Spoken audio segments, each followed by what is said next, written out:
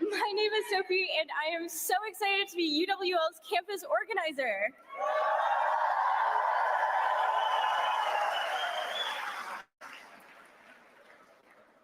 This semester, I was so ready to be a senior in college pursuing my passion for international relations. However, as a young woman who is a survivor of sexual assault, deferring my graduation to work on this incredible campaign, on this incredible campus, with these incredible college Democrats was a no-brainer.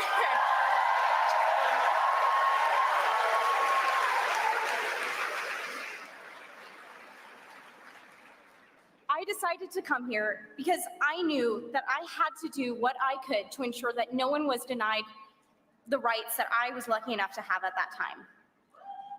Whatever your reason for being here, whether it is similar to mine or not, you are in a position to make an enormous difference in this incredibly and scarily tight race. Every door knocked, every phone called, every friend you ask to vote will change the balance of this election. And getting started is so easy. Whether you're a student or not, just find an organizer with a clipboard and get signed up. And if you are already volunteering, just get that one more shift in. This is the home stretch.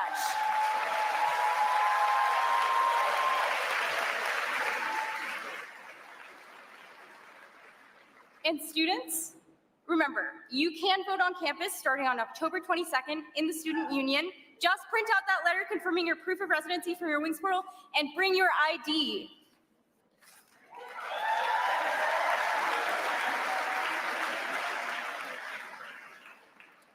In the meantime, there's something even simpler that you can do.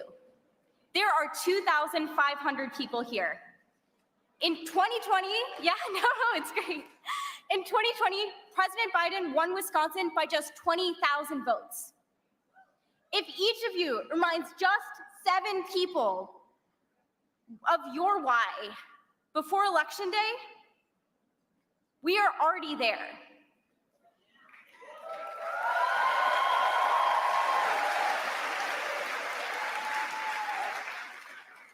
It could be your lab partner. It could be your mom. It could be the Quick Trip cashier. Just 7 people. That is less than 3 people every week before Election Day.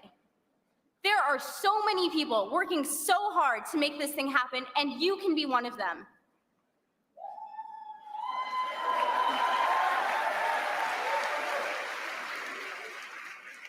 But the critical thing to remember is that we are not alone. We are in this together, and I'm not just talking about young people. This is a multi-generational movement.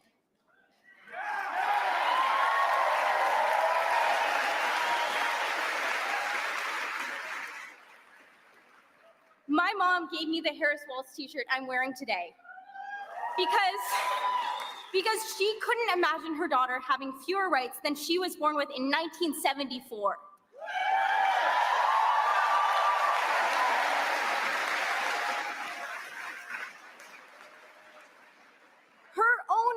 Would be appalled to know that she ended up dying in a state where abortion is now completely illegal, with no exceptions.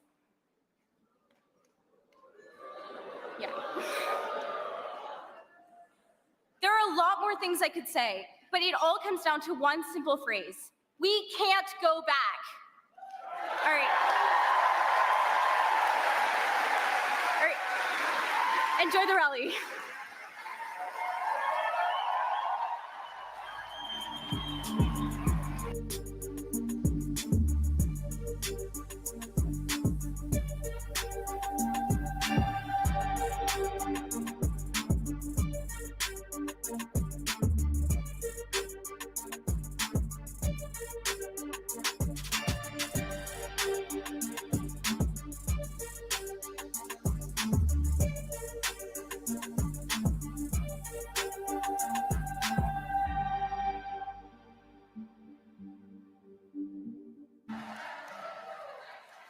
Oh my goodness.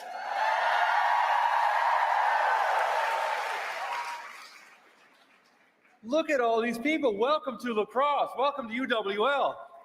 Thank you for being here. I'm Mitch Reynolds. I'm the mayor of the city of La Crosse. Proud to be here with all of you today and absolutely thrilled to welcome Vice President Kamala Harris to our city.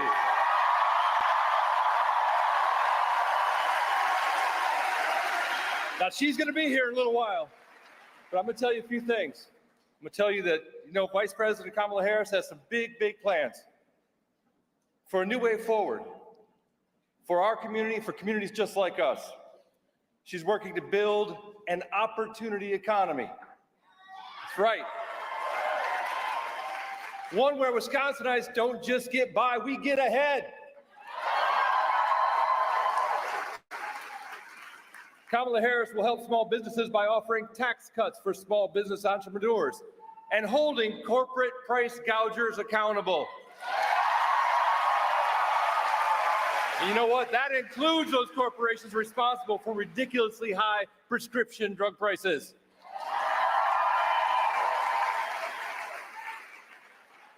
Kamala Harris is going to help first-time homebuyers to afford a home by offering down payment assistance and building 3 million new units of affordable housing in our nation. That's right. That is housing our country desperately needs. She's going to help create more manufacturing jobs right here at home. Hey, y'all know what happened when Trump was in office, right? Those jobs went overseas. You've heard this before. Kamala Harris is working for the people. Donald Trump, he works for himself.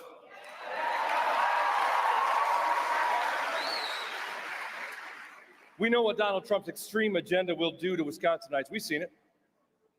And look at that dangerous Project 2025 agenda, right? That's what he has in store. Higher prices, higher taxes for hard-working folks just like us. Attacking our fundamental freedoms as Americans. Attacking women and reproductive health care rights. And threatening the very core of our democracy. You know what? I'm not interested in that. We don't have to go down that dark road. With Kamala Harris and Tim Walz, we have a new way forward.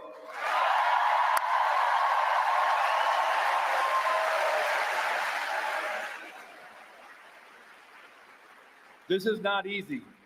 We don't have an easy path here. Not in any kind of way. We need to spend the next 18 days battling to stop the unstable Donald Trump and elect a real fighter to the White House, Kamala Harris.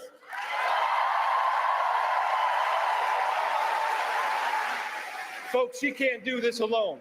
She can't do this alone.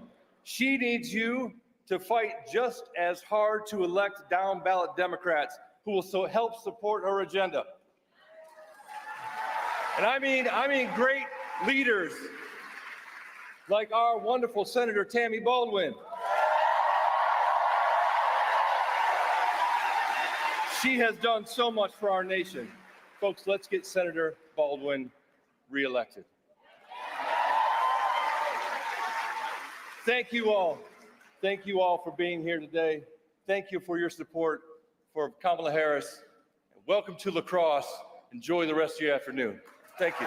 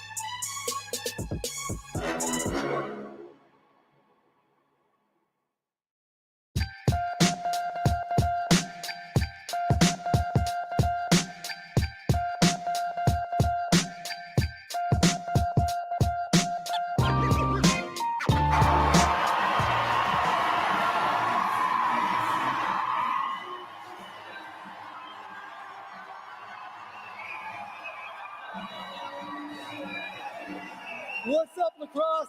How y'all doing? Y'all here to have a little bit of fun?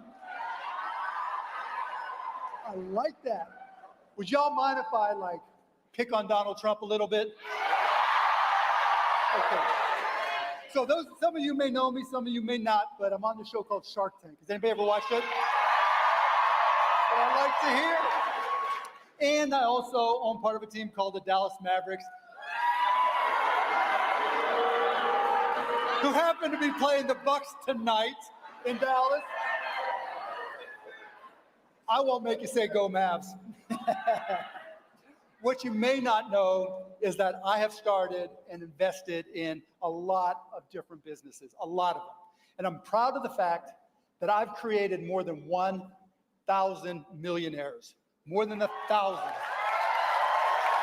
A lot of that on Shark Tank. And so a lot of what I love doing is I love helping companies become successful, which is why this election is so important to me and to all of us. This election is a battle for entrepreneurs. This election is a battle for small business. Do we have any entrepreneurs in the house? Anybody who ever started a small business, works at a small business? That's what I like to hear.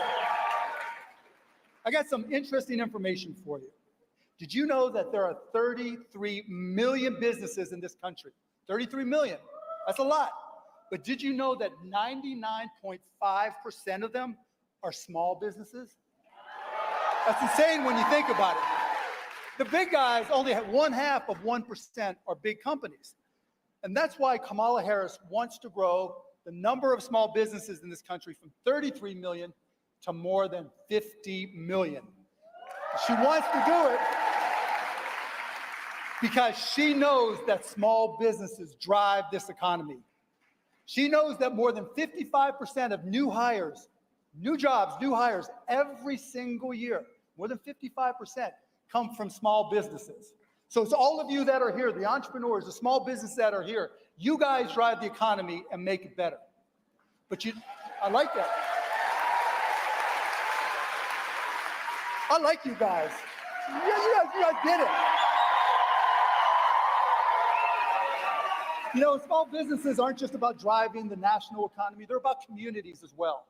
We all have the stores that we've been going to for years, the people we know that work there. Maybe they were the first jobs that we had when we were in school.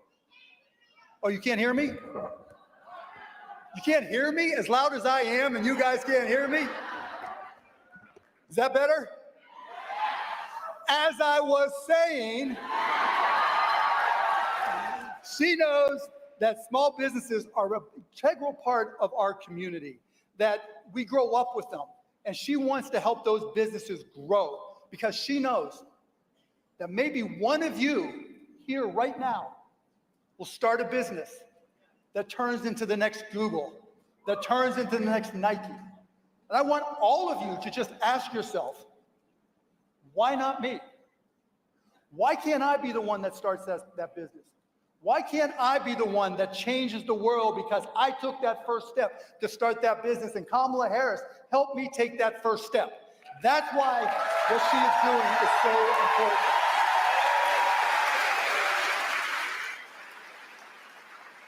You know, in my career, I've learned a lot about business, including how tariffs work. Now, let me just ask you a question. You all know anybody who doesn't know how tariffs work? All right, I'll give you a hint. That other guy. Now, he has this crazy notion that putting a tariff of 60% on every single product imported from China is a good idea. Let me just tell you, this man has so little understanding of tariffs, he thinks that China pays for them. This is the same guy who also thought that Mexico would pay for the wall. So there's no Mexico.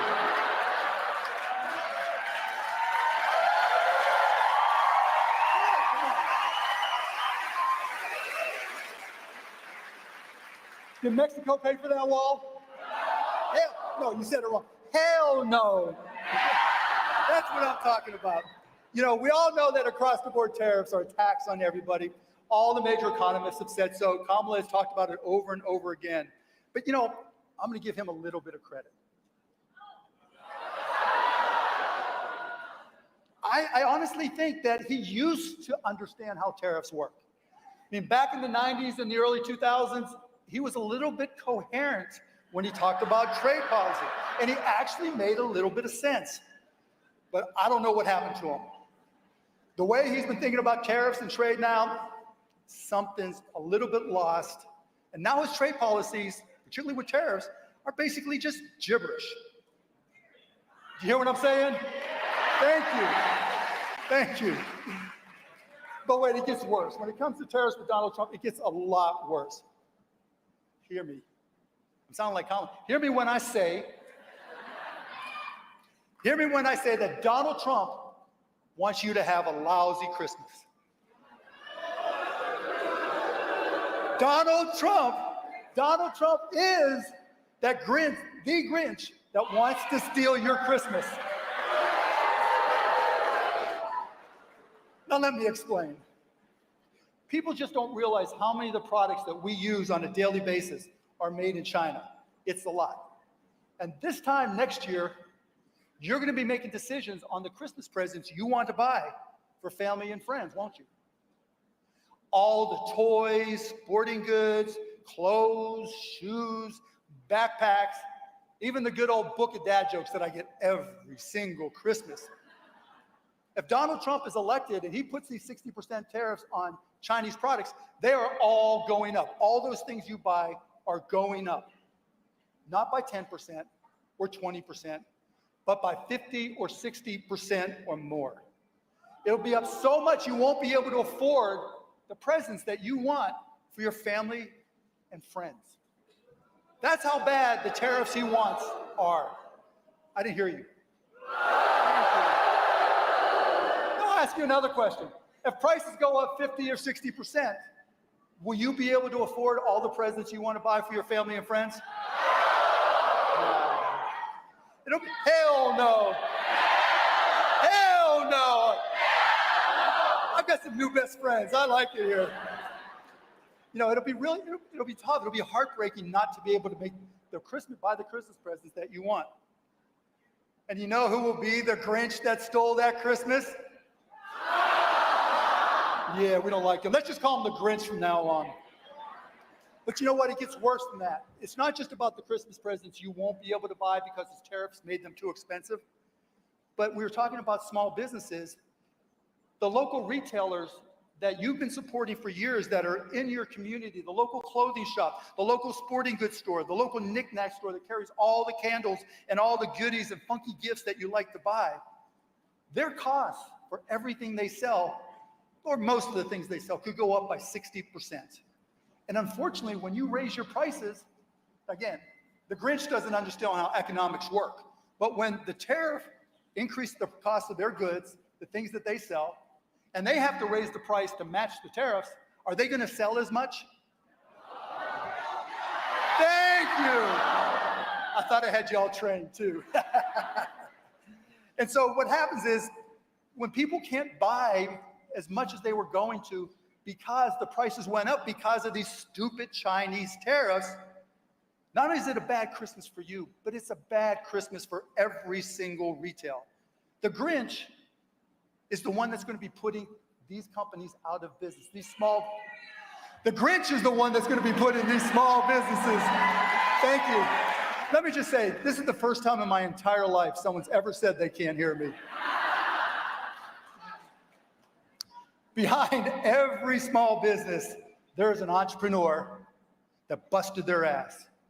Behind every small business, there is an entrepreneur who gave up almost everything to be able to start that business, who dreamed of a better future for their family. The Trump that stole Christmas, the Grinch, will crush those dreams if elected. So let me tell you again, is there a candidate that will help those small businesses grow? Is there a candidate that is helping to, thank you, there you go. Can I get a hell no? But there is one candidate who has an amazing program for small businesses.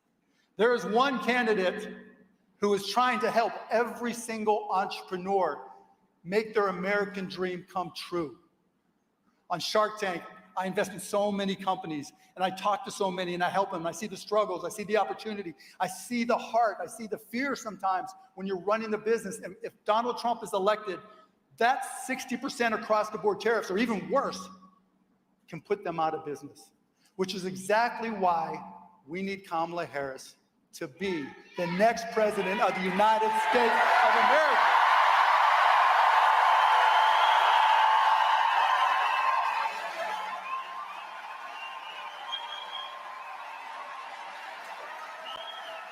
So I'm going to ask y'all one more question. I'm asking one question, and I want a hell yes. I haven't asked the question yet. Maybe there's going to be multiple hell yeses. Are you going to work to help Kamala Harris be elected? Are you going to go and talk to every single person you know and ask them and help them vote for Kamala Harris? Is Kamala Harris going to be the next president of the United States of America? Thank you, everybody. I appreciate it.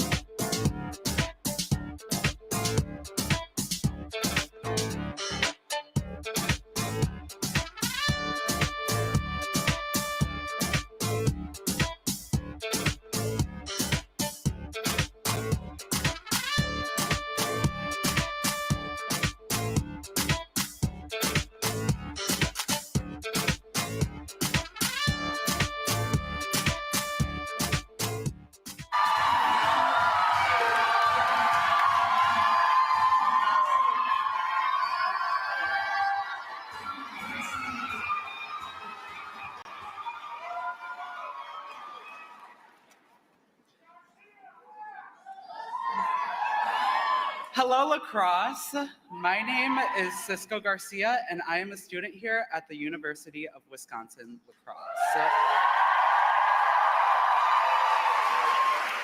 I am so honored to be here today to welcome Vice President Kamala Harris to La Crosse. I am a first-generation American and the first person in my family to go to college.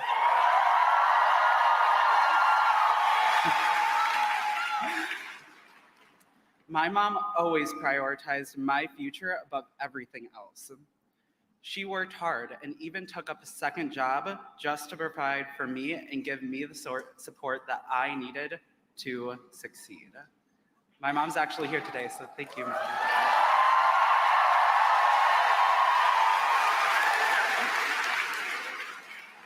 It wasn't easy to watch my mom sacrifice so much for my own future, but it has made me all the more determined to help families just like mine.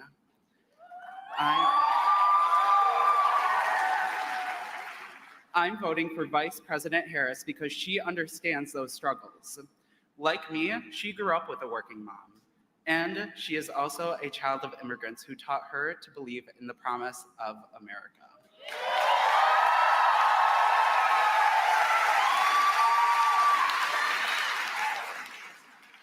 And now I'm standing here in front of all of you, introducing the Vice President of the United States.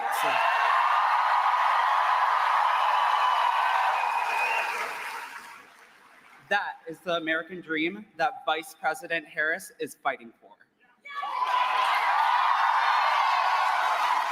Her plans will cut taxes for the middle class, reduce grocery costs, and make housing more affordable, and bring down healthcare costs. On the other hand, we know who Donald Trump is.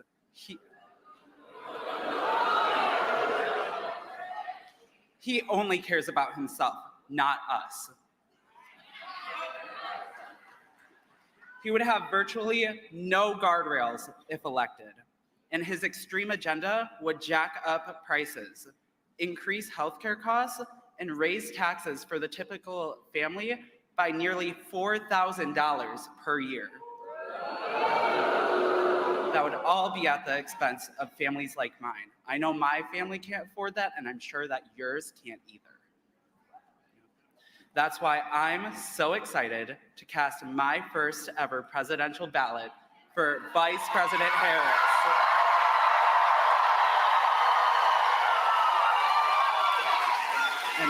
And I'm so excited to welcome her here to La Crosse today. Please welcome our next president, Kamala Harris.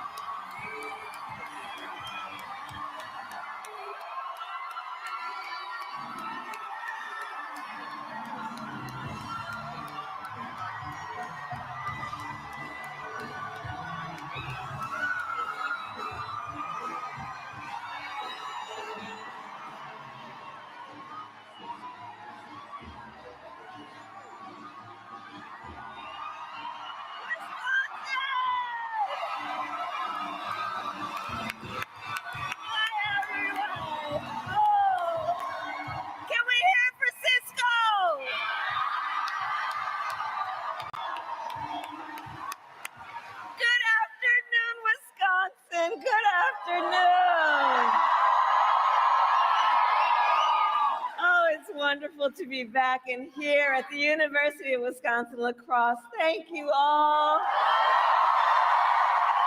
Go Eagles!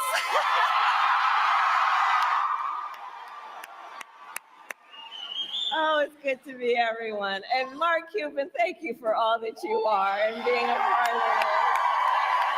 Thank you.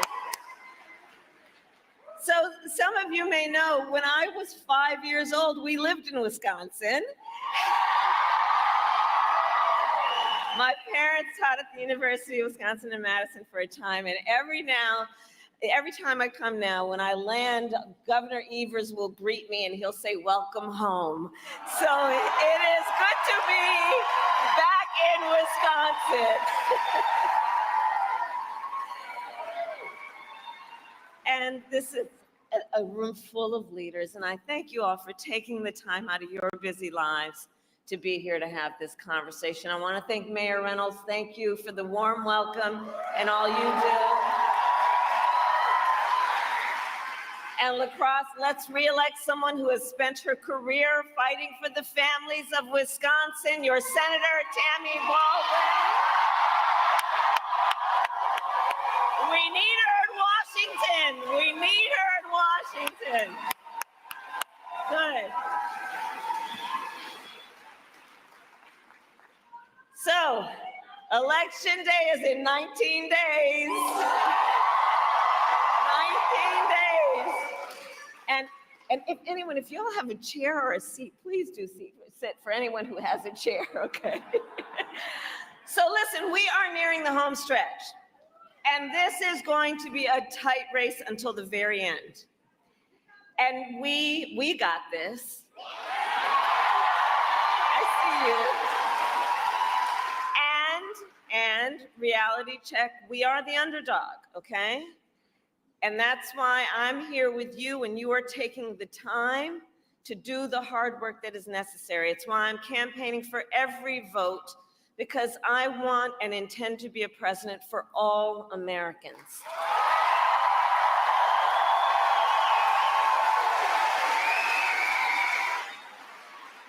And no matter their political party, where they live, or where they get their news, okay?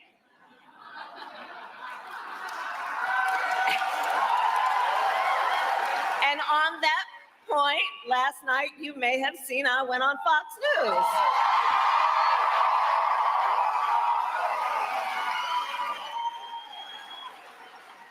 And while I was doing that, Donald Trump was at a Univision town hall where a voter asked him about January 6th.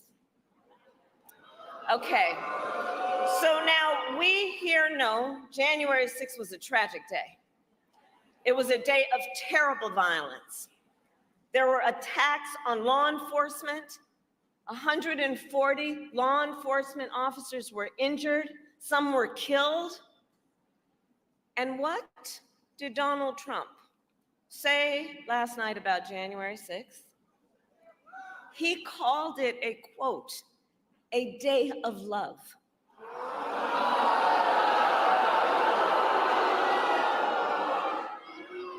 But it points out something that everyone here knows. The American people are exhausted with his gaslighting. Exhausted with his gaslighting. Enough! We are ready to turn the page. Let's turn the page.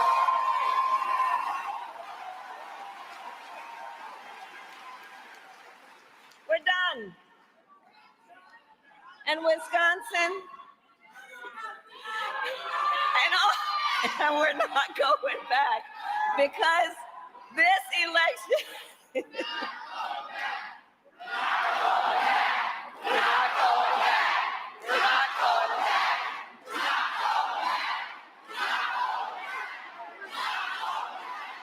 and we are not going back because we know that this election is about two very different visions for our nation. One that is focused on the past, and ours that is focused on the future.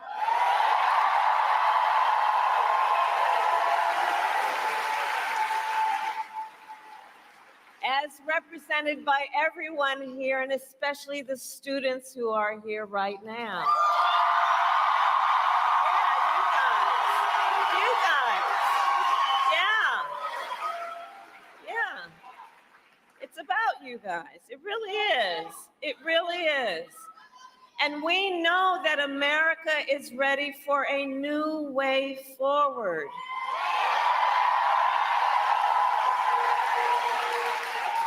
We are ready for a new and optimistic generation of leadership. Which is why Democrats and independents and Republicans are supporting our campaign. In fact, just yesterday, I was with over 100 Republican leaders from across the country who joined me on the campaign trail.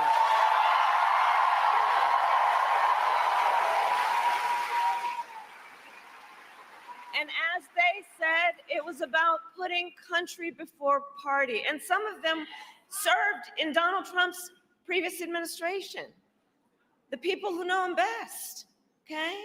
And I believe, and I think we all know, Americans want a president who works for all the American people.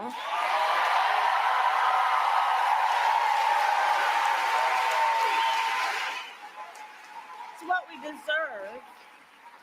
And that has been the story of my entire career. In my career, I've only ever had one client, the people. When I was a young courtroom prosecutor, I stood up for women and children against predators. As Attorney General of California, I took on the big banks, fought to deliver $20 billion for middle-class families who faced foreclosure. I stood up for veterans and students being scammed by for-profit colleges.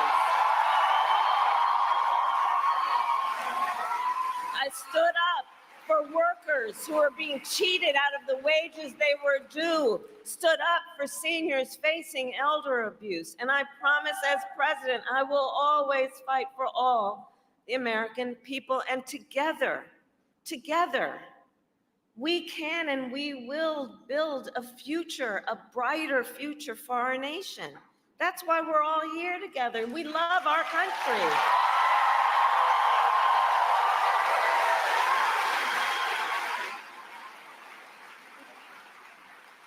Together, we will build in that future what I call an opportunity economy, which is where every American has an opportunity to own a home, to start a business, to build wealth. Under my plan, and I know this is a big deal for the young people here, we will bring down the cost of housing.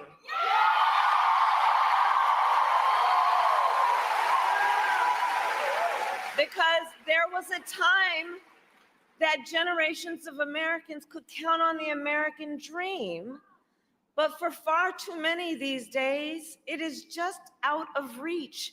So we will deal with the housing supply, and I will commit to creating a $25,000 down payment assistance so you can, for the first-time home buyers, just get your foot in the door.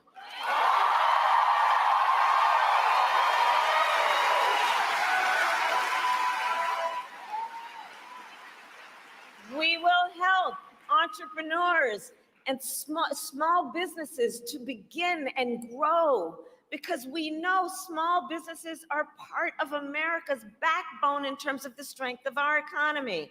You know, the woman who helped raise my sister and me was a small business owner. I know, do we have small business owners who are here? Raise your hand.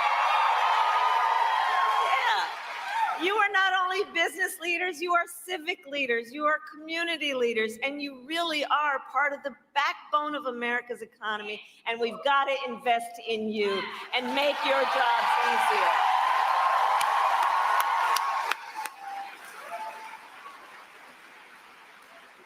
My plan will help expand Medicare to cover home health care for seniors.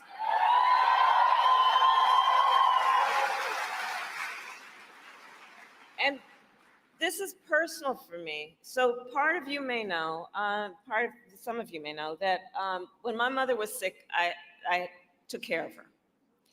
And for anybody who is taking care of an elder parent when they are in their time of need, The work, it includes trying to cook something that they feel like eating, right? Helping them put on a sweater, trying to make them just laugh from time to time, right? It's about dignity. It's about dignity. But for far too many people, including people in the sandwich generation who are raising young children and taking care of a parent, oh, it's so rough.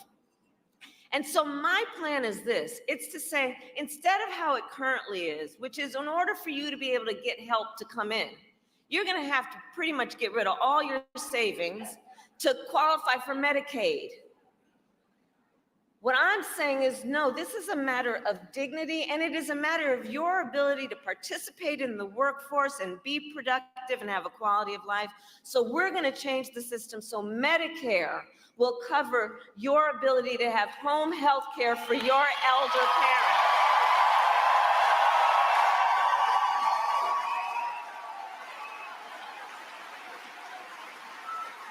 Because you see, part of the difference between the way we see our country and the world and the way my opponent sees it is we actually see real people and care about them and have a sense of understanding about how tough times can be, but how good times can be if we put the work into solving problems instead of trying to run on problems like Donald Trump.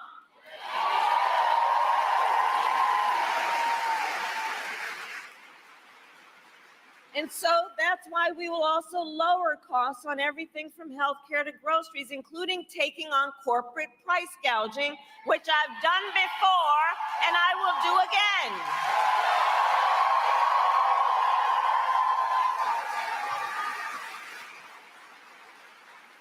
And we will give a middle-class tax cut to 100 million Americans, including $6,000 for young parents, parents who are just starting out during the first year of their child's life, knowing the vast majority of our parents have a natural desire to parent their children well, but not always the resources to do it. And so this is about helping folks out to be able to buy a car seat and a crib just during that most critical phase of their child's development. This is all about dignity. And this is about understanding.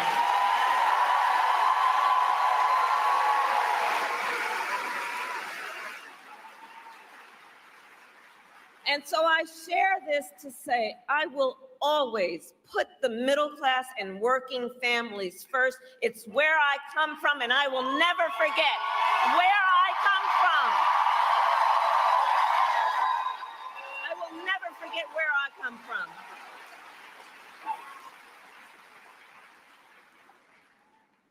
Now, Donald Trump has a different plan. I love you back, by the way. Thank you. Donald Trump has a different plan. So just Google Project 2025. Now we're at a place of higher learning. So I must say, I can't believe they put that thing in writing. I really can't. They put it in writing, they bound it, like they bound it and handed it out. So look, we read it, right? It's a detailed and dangerous blueprint for what he will do if he is elected president.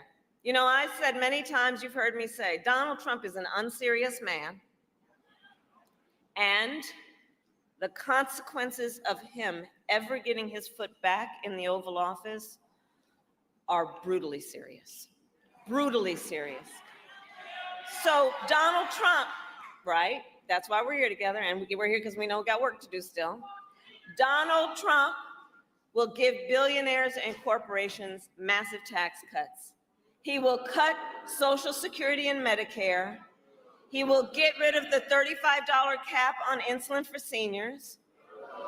He will make it easier for companies to, check this out, he will make it easier for companies to deny overtime pay for workers, and will impose what I have named a Trump sales tax, because essentially he plans on putting a 20% tax, if not higher, on everyday basic necessities, which economists have estimated will cost the average American $4,000 more a year.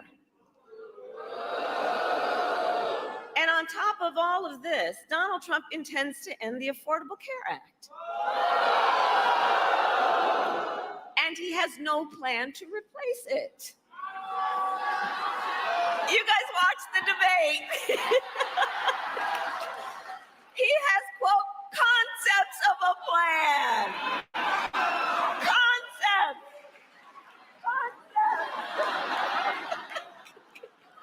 So here's the thing. Again, it's a serious issue, right? So he's going to threaten the health insurance coverage of 45 million people in America based on a concept. Taking us back to when insurance companies had the power to deny people with pre-existing conditions. You remember what that was? Well, we are not going back. We are not going back. We are not going back. We're not going back. We're not going back. And just like Wisconsin's state motto tells us, we will move forward.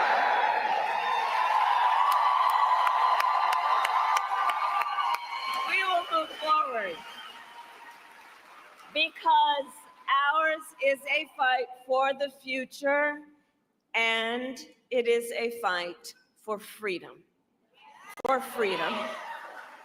Like the fundamental freedom of a woman to make decisions about her own body and not have her government tell her what to do.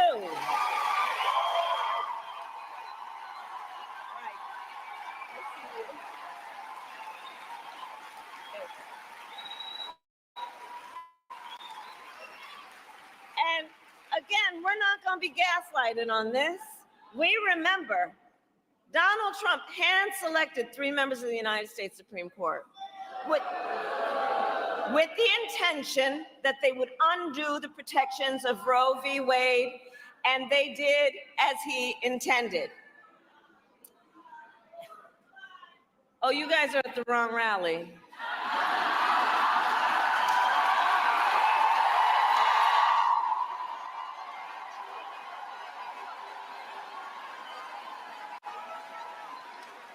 No, I think you meant to go to the smaller one down the street.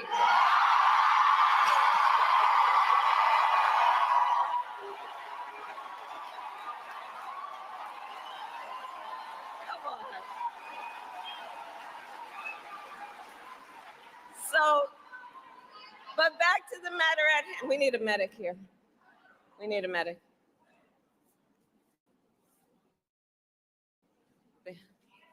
Right here, and then let's part the way so someone can come through and bring help. Okay, okay. All right, we're good. So on the subject of his intention and what he actually did to undo the protections of Roe v. Wade, let's understand what has happened since. It is now the case that in America, 1 in 3 women live in a state with a Trump abortion ban. Many of these bans have no exception even for rape or incest. And you react that way because we understand the idea that someone who calls themselves a leader would even make no exceptions for a survivor of a violation to their body, and to tell that survivor they have no right to make a decision about what happens to their body next, that's immoral. That's immoral. It's immoral.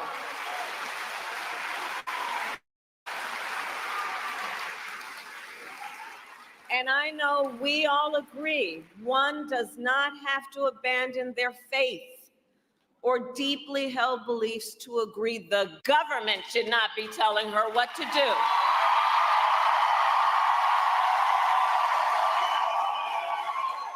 If she chooses, she will talk with her priest.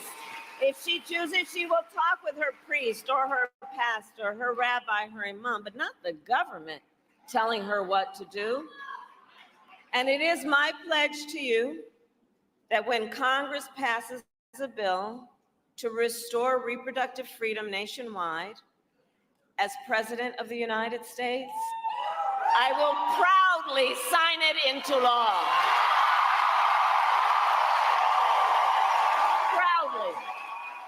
Proudly sign it into law.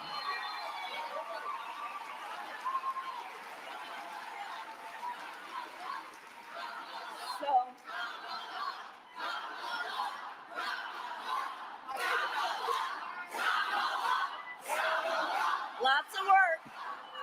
lots of work to do.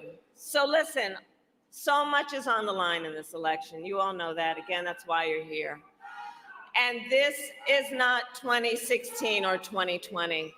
The stakes are even higher because a few months ago, the United States Supreme Court told the former president he is effectively immune no matter what he does in the White House. Now think about that. Think about that. Just imagine Donald Trump with no guardrails, right? He who has vowed if reelected, he will be a dictator on day one. He who has called for the, quote, termination of the Constitution of the United States of America. And let us be very clear. Someone who suggests we should terminate the Constitution of the United States should never again stand behind the seal of the President of the United States. Never again. Never again. Never again.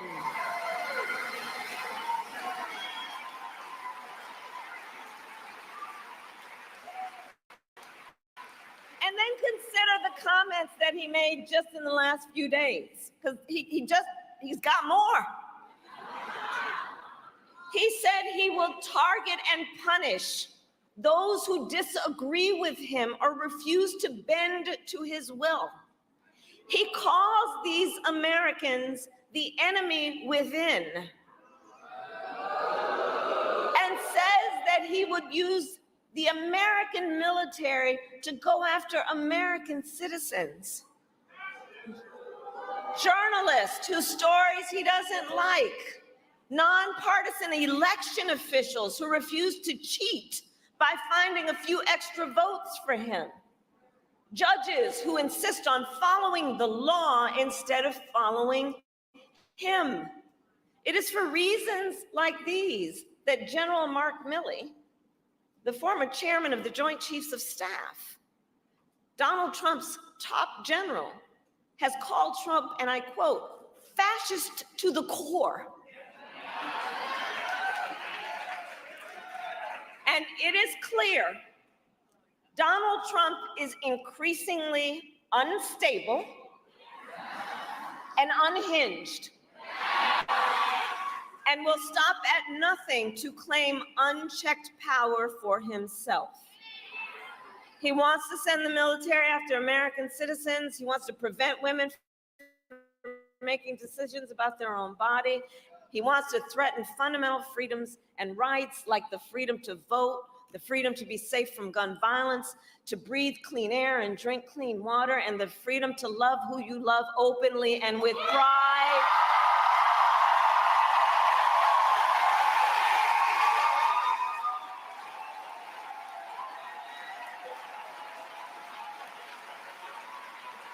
So much is on the line in this election. So much is on the line. And Wisconsin, when it comes down to it, look, we are all here together because we know what is at stake. We are all here together because we love our country.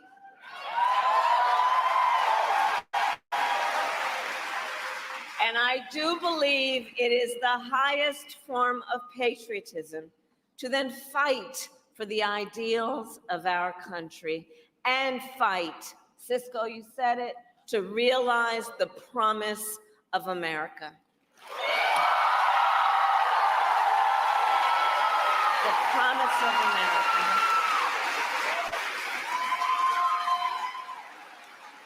So, Election Day is in 19 days, and here in Wisconsin, early voting starts next Tuesday, October 22nd. So now is the time to make your plan to vote.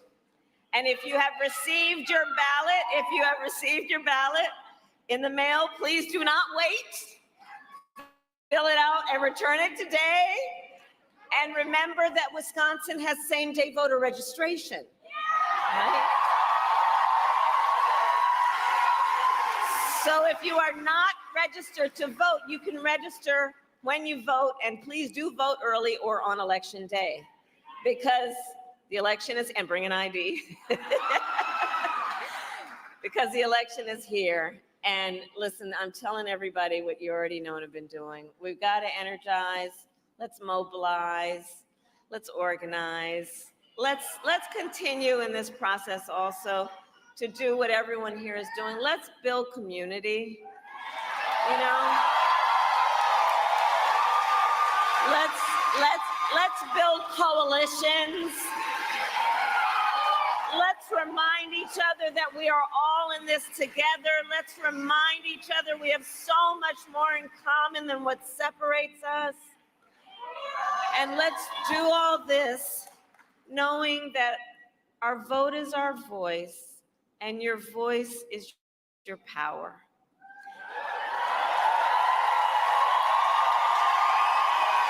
So, Wisconsin, today I then ask you, are you ready to make your voices heard?